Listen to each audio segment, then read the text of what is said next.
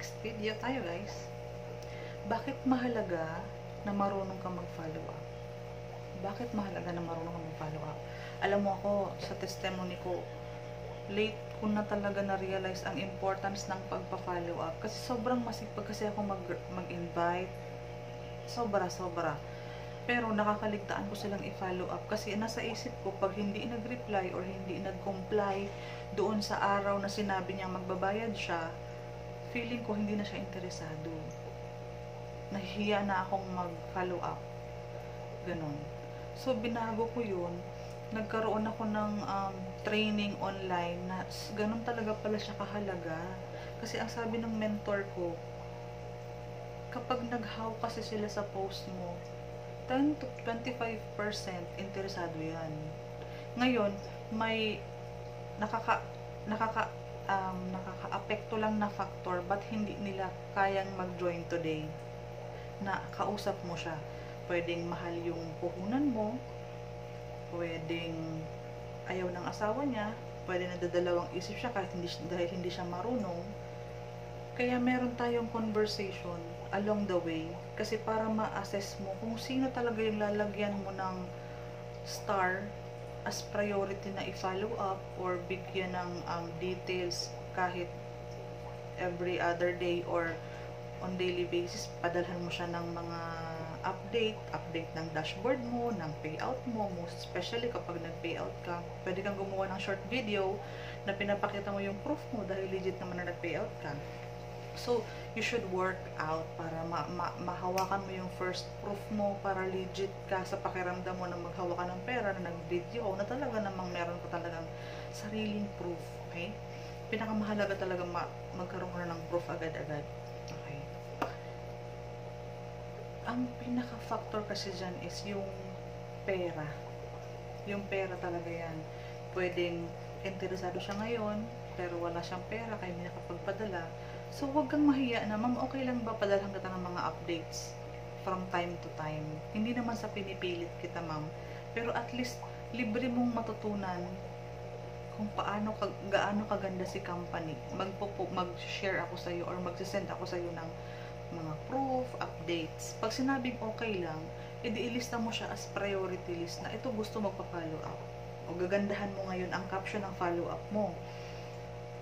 Wow, si ganito kumita ng 10,000 in just 5 days. So yung interest niya dumadagdag.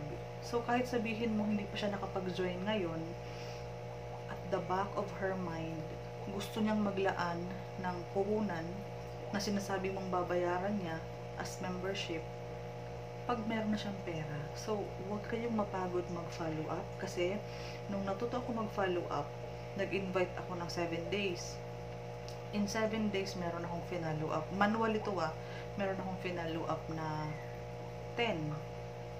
One day, pumasok or nagsi-join 5. Ganun siya kaganda, guys. Kasi, nire-remind mo sila kung gaano kaganda ang company. Nire-remind mo sila na merong hope. Again, hope ha. Merong pag-asa na pwede din kaya akong kumita dyan, ma'am. Ma'am, kung masipag ka at willing kang matuto at willing kang trumabaho sa klase ng business na to, pwede kang kumita ng pera. Kasi ito yung proof ng upline ko, ito yung proof ng top earner, ganon. Kasi nag-evolve naman ang lola nyo, marunong naman ako gumawa ng chatbot na napakalaki ng advantage sa akin. Kasi once nag-get started ka dun sa robot ko or sa chatbot ko, automatically, daily kasi ako nagbibigay ng updates doon. So, na-update yung mga taong nandoon na sa chatbot ko, kung kailan sila may pera, nilalagay ko, please message me on Facebook. Para i-message nila ako, ma'am, magpapadala na ako.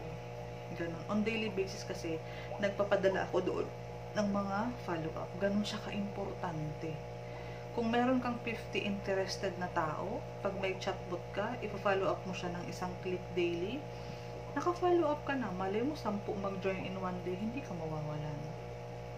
So, ganun lang, hanap ka ng interesadong tao, tanungin mo kung gusto niyang i-follow up mo siya, kung pwede nga, i-engage mo na kung gaano siya ka-interesado, kung ilang porsyento. Be polite, be honest lang naman, gusto mo bang gusto mo po bang matutunan ang business? Ito po yung video. Para hindi pa siya member, may relasyon na kayo. Hindi ako pabayaan ni Ma'am Cindy kasi nga ngayon pa nga lang, kumbaga naaasikaso niya na ako siguro talagang kapag nag-member ako sa kanya, maasikaso niya din ako. Or ma'am, pwede kang mag-observe sa group chat, i-off mo lang yung notification, makita mo doon na active ang mga ang team natin. At ang good news dyan ma'am, ando na yung mga magsisibayad. Kapag nauna ka sa kanila, pwede maging ilalim mo na ang ilan doon para may time pressure, para may pressure na ay talaga may magbabayad na ba, unahan ko na siya, ganun. Kasi may strategy kasi ang follow up halimbawa 10 AM or 8 AM nagpadala ng resibo si Regine, uy Ma'am Marie, ito yung resibo ni Ma'am Regine, nag-join na siya, baka gusto mo siyang saluhin para sa left side mo na siya. Ngayon, as strategy, yung resibo ni ma'am nung pay-in, isend mo sa group chat kung nasaan yung mga for follow-up mo. I-acknowledge mo na, welcome po, ma'am, ito na yung resibo mo, wait lang natin yung code. Ngayon, i-follow up mo lahat ng interesado. Ma'am, baka ma'am, pwede kang mag-join today, ang cut-off natin, 12 noon or 1 PM. Basta maglagay ka ng cut-off kasi dapat maklaim yung yung pay-in niya para magbilhan siya ng code. Okay? Kasi ma'am, unahin kitang i-encode dito, ilalim mo na siya. As strategy. Again, kapag marami kang strategy sa business na to, mabilis kang lalago, mabilis kang magkakaroon ng resulta. Kasi ang dashboard mo kasi is inaabangan niya ng mga ibang nag-o-observe. Pag nakita nila na from 10,000 naging 20,000 ka in one day, in 2 days, or in 3 days time, yung mga nag-o-observe sa'yo, ang laki ng kinita ni Ma'am Cindy in just 3 days, from 15 naging 20. Pag-aralan ko nga ulit tong company ni Ma'am Cindy. Again, strategy, palakasin mo yung dashboard mo para yung dashboard na ang magre-represent sa'yo. Yung income mo na ang nagpa-follow up sa kanila. Hala, 10,000 pa lang yun, ba't 30,000 na ngayon? Ikaka-inquire ko lang kay ma'am. Dahil yan sa strategy mo na may time pressure ka. Ma'am, nag-pay in ito ng 8 AM. Mag-pay in ka ngayon ma'am, smart padala kung saan dyan malapit, uunahin kitang i-encode, ilalim mo na po ito. Same with Sir Carlos. Sir Carlos, nagbayad si baka gusto mong saluhin. So, ang mangyayari, imbis isa lang ang referral mo, pwede siyang maging ilan. Pero, given, sorry muna ha, yung nag-pay in ng 8 AM, siya talaga yung ilalim sa dulo. Okay. Ang dapat kasing nangyari is, isa lang ang pay-in mo. So, yan lang. Dahil nga, nag-follow up ka ng 5, nagpadala din yung 6, uunahin mong i-encode, mag-strong leg ka kasi, unahin mong i-encode yung pinakaunang nag-pay-in after ni Ma'am 8 AM. Halimbawa, nagpadala ng resibo sa 8 AM, pinapain mo siya this day, no? May nagpadala ng 9 AM, siya muna ang una mong i-encode. Yung 10 AM, sunod mong i-encode. Yung 11 AM, yung last na magpe-pay-in, siya yung dulo. Ilalim niya yung nag-pay-in ng 8 AM. I-drawing nyo yan, guys. Strong leg ka na yan. One side mo, madami ng tao. Dahil sinalo nila yung nag-pay-in, at yung nag-pay-in, at yung nag-pay-in, at yung nag-pay-in. So, napanindigan mo yung promise mo na tutulungan po kita na magkaroon ka ng left side para one invite mo, referral ka na, at pairing bonus ka na. Kung ang referral is 50 pesos, ang one pair is 200 pesos, tapos wala pang minimum payout. Payout ka na po ng 250 on Sunday. What if nag-invite ka Saturday, Sunday? After encoding, reflect na ng income sa dashboard mo, payout mo na agad. So, makikita nila, gradually, lumalaki yung niya, weekly income niya. From 6, naging 10, naging 13, naging 17. Kasi lumalakas na yung dashboard mo, lumalaki ang income. At the same time, nagkaroon na ng law of duplication. Ibig sabihin, sa effort ng mga na-refer mo sa left, kapag may referral sila, may pairing bonus ka. Halimbawa, 200. So, effort ng leader left, effort ng leader right, may residual income kang 200 sa effort nila. So, alalayan mo lang sila.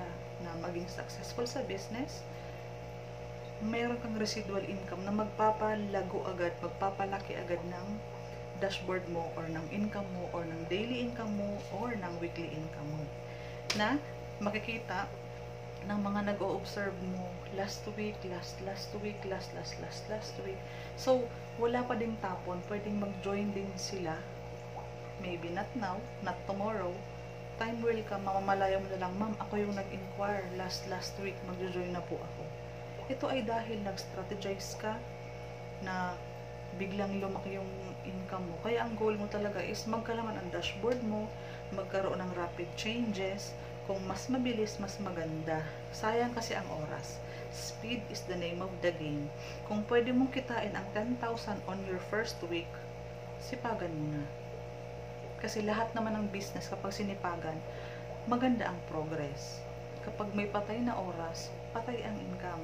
No post, no invite, no inquiries, no follow-up, no payout. Pwede kang magtrabaho from Monday to Sunday, pwede mong kuhain ang commission mo. Masipag ka ng Monday hanggang Sunday, maganda talaga ang magiging result mo. Yung momentum mo kasi napaka-importante. Ingatan mo na super eager kang kumita. Ingatan mo yung momentum na kahit nare-reject ka is very positive ka pa din. Kasi meron kang goal.